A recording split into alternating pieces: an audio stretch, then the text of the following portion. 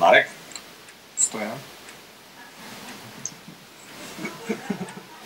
A krstné meno? Stojan. To je krásne krstné meno. Rodičia boli kreatívni. A priezvisko? Harmata. Čiže Harmata. Stojan Harmata. To je normálne literárne meno. Ty by si mal písať, alebo mal by si byť herec, alebo spevák, alebo niečo také. To ťa predurčuje. Čo robíš? Dizajner som. No tak vidíš, je to tam. A čo robíš ako teda?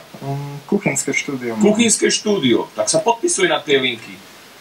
Lebo o 15 rokov to nikto nedáva tú pečiatku svoju, že toto som ja navrhol. Však zober centrofixku nezmazateľnú, zalakuj to, nech sa to nedá vygumovať odtiaľ. A zrazu si budú ostatní hovoriť, že fúha, to máte značkovú. Samozrejme, to robil Stojan Harmata, prosím vás pekne. To je niečo. Hej? Urobíš 100 tých liniek a dostaneš sa do povedomia. Ruky